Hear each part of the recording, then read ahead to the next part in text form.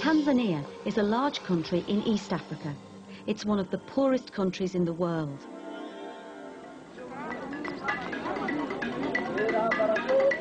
Dareda is a village in the Babati district of northern Tanzania. The population density for the whole of Tanzania is 78, but it's less in rural areas like Dareda, which has a density of 54 people per square kilometre. That's quite low.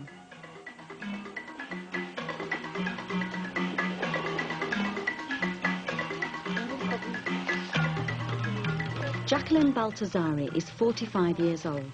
She was born in Dareda, where she farms goats, cattle and crops. Jacqueline has 10 children, quite typical for the area.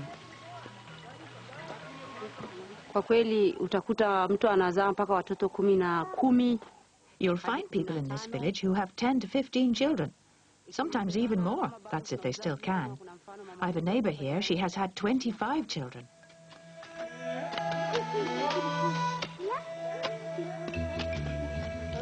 Most people in the area have farms, but many can't afford to employ farm workers. So children's contribution to the work on the family farm is really important.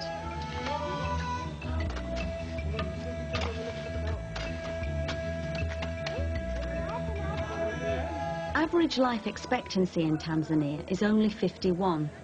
There are no state pensions and little nursing care for the old and weak. So many people rely on their children to care for and support them if they become ill or old.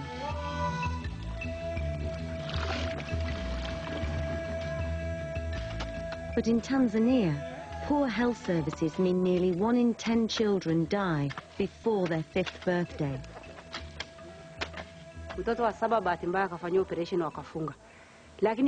I myself have had 12 children.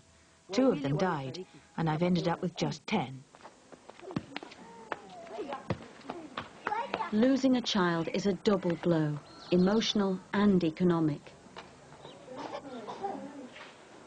So ensuring enough children survive into adulthood is another reason for large families. In Tanzania, less than 1 in 5 women use contraception. It's neither easily available nor traditionally acceptable. Having a lot of children can be a huge burden on the mother. Frankly, looking after 10 children is hard work. And because the kids want to go to school, you find your money is limited. Schooling is expensive. School fees were introduced by the government to help Tanzania pay off its foreign debts.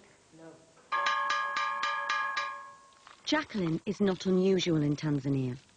Not only is it hard work for her, but by having so many children, she's added to her country's growing population. The population growth of a country is dependent on a number of factors. The number of people born in a certain year, the number of people who have died, and the number of people who have left or entered the country from abroad. If the birth rate of a country is higher than the death rate, then the population will increase. These days, population growth in Tanzania is over 2% a year.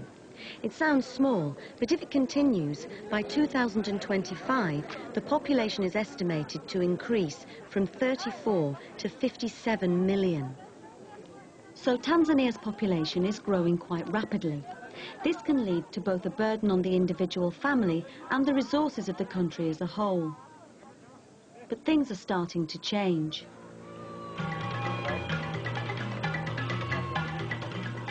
Eloini Temu is 25 years old. She migrated to the area in the early 1990s.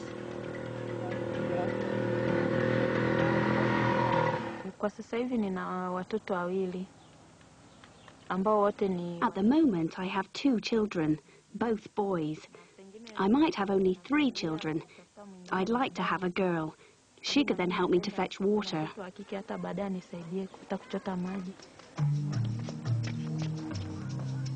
Eloine is not alone in choosing to have a smaller family than is traditional. The average family size in the district is now around 5, compared with 7 10 years ago. Why? Eloine takes her 2 children to the local clinic for vaccinations and health checks. The clinic has been here for 4 years, so child health has improved in the area. The main reasons for children dying are malaria, diarrhea, pneumonia and malnutrition.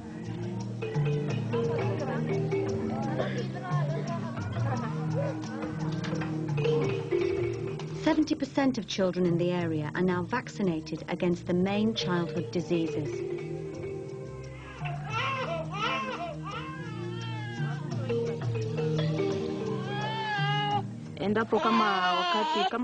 Most kids, if they get all their vaccinations, could survive to adulthood. But again, it could still be bad luck, and they could get struck with malaria or malnutrition and die.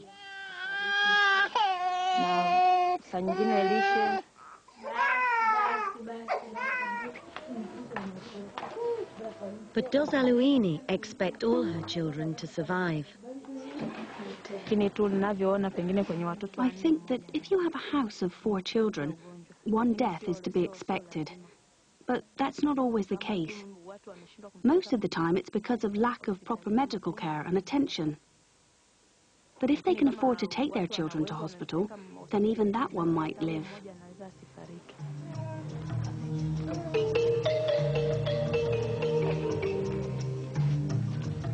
As more children survive into adulthood, people are now beginning to think that smaller families are more desirable. At the clinic, contraception is more easily available, so Eloine can now decide how many children she wants. I have planned my family. I've already decided to have another baby, possibly in about 2 years. I think when you don't space them, they're harder to look after. Eloine represents a new way of thinking in many parts of Tanzania. Education is very important to her and to her children. Naona ni vizuri kwa sababu kwa nafikiria pengine hao watatu naweza nikawatunza. I think I can afford to have 3 children. I'd like them to have a better education than mine. Because of these times that we live in, it's even more important than wealth. We have a proverb that says, education is an asset. You expect that if you give them education, they will be able to stand on their own 2 feet.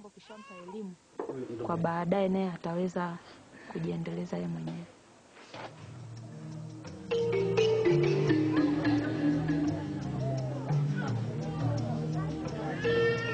Although there is a trend away from large families, Eloine is the exception rather than the rule in Tanzania. Many women still have little access to healthcare and are very poor, so they still end up with lots of children.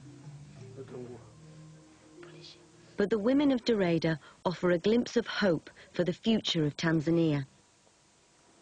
If I was a young girl again, or if I was like a banana tree, when you cut the old tree, a shoot would grow out. I think I would only have 4 children. If I could have a talk with God, I would select 2 boys and 2 girls. Even if I had no boys, just 4.